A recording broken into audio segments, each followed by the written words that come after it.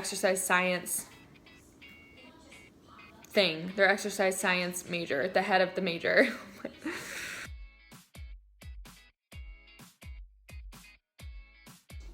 What's up, YouTube? Today I'm coming at you with a little bit of a glute-focused leg day. I hope that you like it. This next clip will show you everything. It's about 2 minutes long, so hang with me till the end.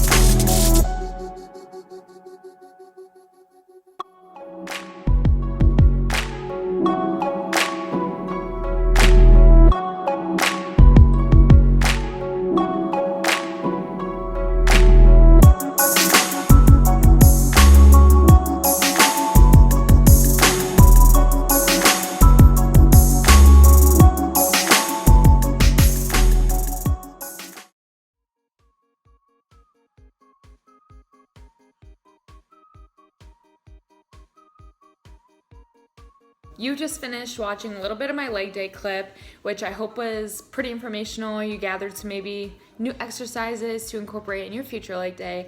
But today I wanted to take maybe a couple minutes, that might turn into longer than that, to really talk about macros and what they are. Ever since I reached out to you guys about my Avatar nutrition review, I've gotten an overwhelming amount of responses about what is a macro, how do I learn how to count them, what if I don't want to count them but I want to eat healthy? These questions are amazing, and so I just want to address this in my vlog right now because I feel like it is something that a lot of people might not feel comfortable not only asking, but something they're not comfortable researching themselves. Because if I didn't go to school for exercise science and didn't know about nutrition, and I saw the word carbohydrate, I still wouldn't know what it meant either. So it is okay to not understand, and I'm here to help you guys maybe get a little bit better grasp on what a macronutrient is and what it can do for you. So first, let's begin with what is a macronutrient. So there are 3 macronutrients. These are carbohydrates, fats, and protein. So overall, when you are counting macros, those are the 3 things that you look for on the back of a food label. I know in my personal diet, I don't count sugars, I don't track sodium, I don't track specific monosaturated or polysaturated fats. It's just strictly protein, fats, and carbs. That's the only thing I look at on a label. I just went and got a few foods that I put in my diet as kind of a staple, things I enjoy and what I like. So I'm gonna kind of show you how to read those labels. So first, let's start with bread. Okay, so this is something that people are like, stay away from bread. You don't have to stay away from bread. If you can fit it in your macros, you can have as much bread as you want. So on the back of this label, I'm reading it, and it says, per 2 slices, you have 0.5 fat, 17 grams of carbs, and 4 protein. So if I were to have 2 slices of this bread, I would track it in my Macros Plus app, and through the day, I would take away 0.5 of my allotted fats, 4 grams of my carbs, and I would take away 17 grams of my carbs and 4 grams of my protein.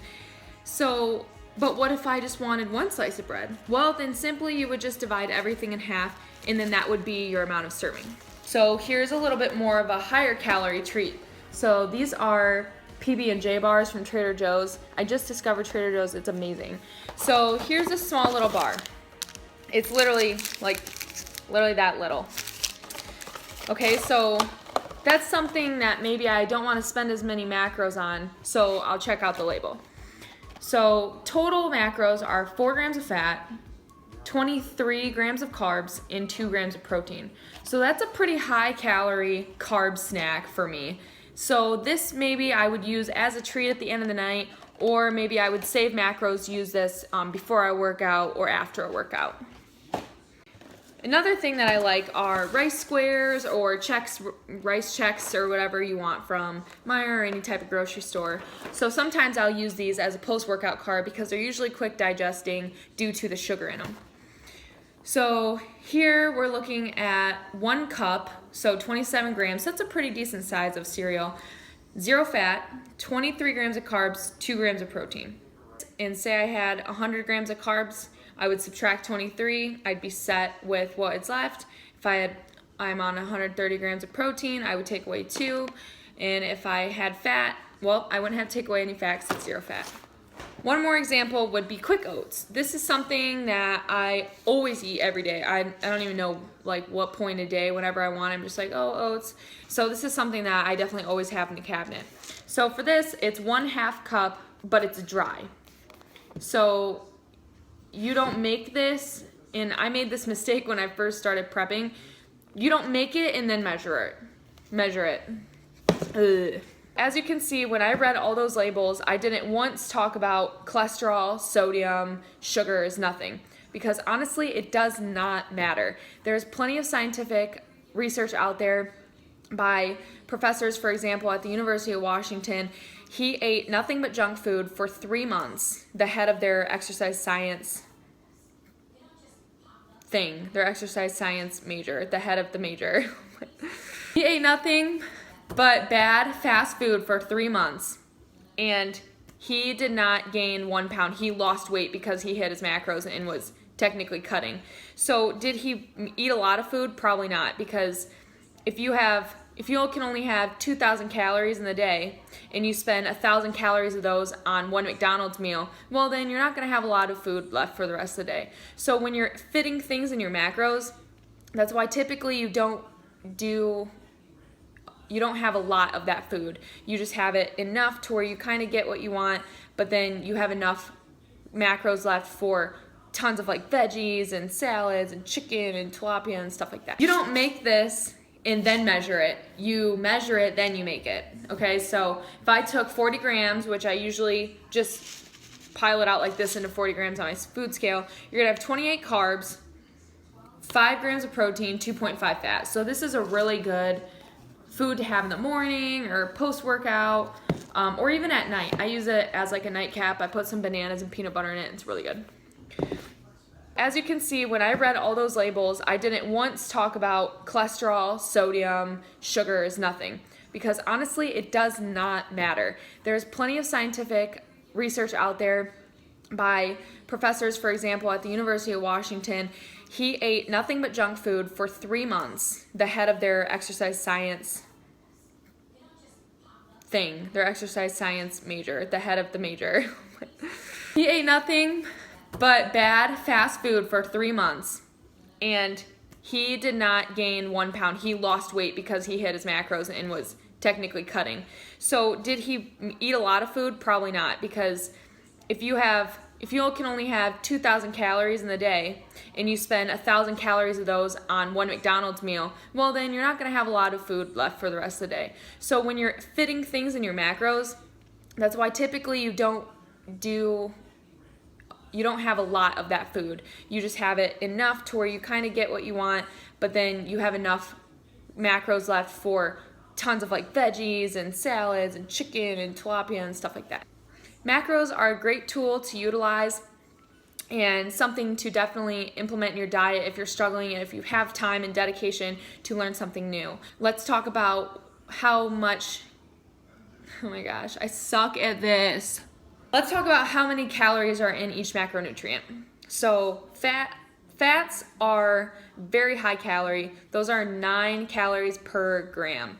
So every time that I'm like weighing out cheese and I go over a gram of what I put in my macro calculator, I usually take it out because that adds up quick. An extra 9 calories here, 9 calories there, 9 calories there throughout the day, if you're just kind of throwing it in there, that adds up very quick.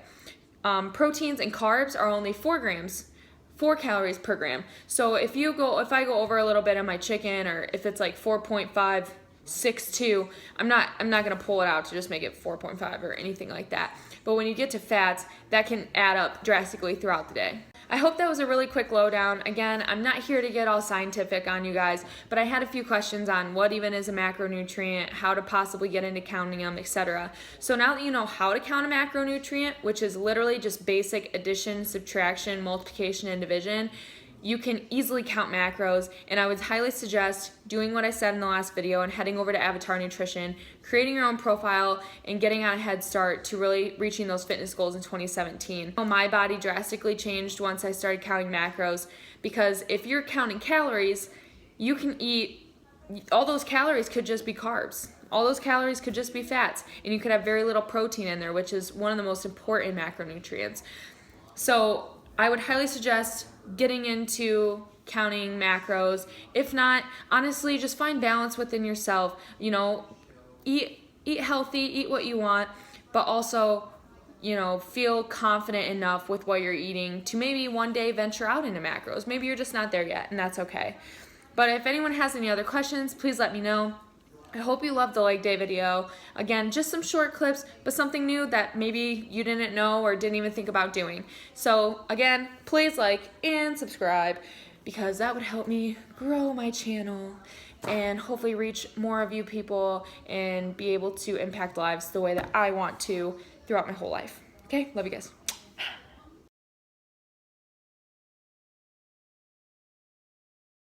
Also, P.S., this is something completely off the grid, but for females, I a week and a half ago now, got eyelash extensions because I was going to LA and I thought it was going to be like really awesome to try, and you know, I've only heard such great things and they always look good, so I was like, oh yeah, I'll totally do it. Well, I have literally picked them all out, like they're gone. $87 down the drain, and that was because I had a Groupon that she did it for cheaper than normal. But if you are someone that is kind of more of like a natural, doesn't really wear makeup a lot, and doesn't like to tend to things, like for example, they told me I needed to wash them and I didn't think I needed to, then I would highly suggest don't spend your money on it. Plus, if you already have good lashes, which I did, they'll grow back, but if you already have good lashes, honestly, don't worry about it. Go to the dollar store or whatever and buy like $3 glue-on ones, like if you really need it. Not worth the money. That's just my 2 cents, and that's my opinion. But if you're on the fence and you're thinking about it, I would say don't do it. So, stating my unpopular opinion.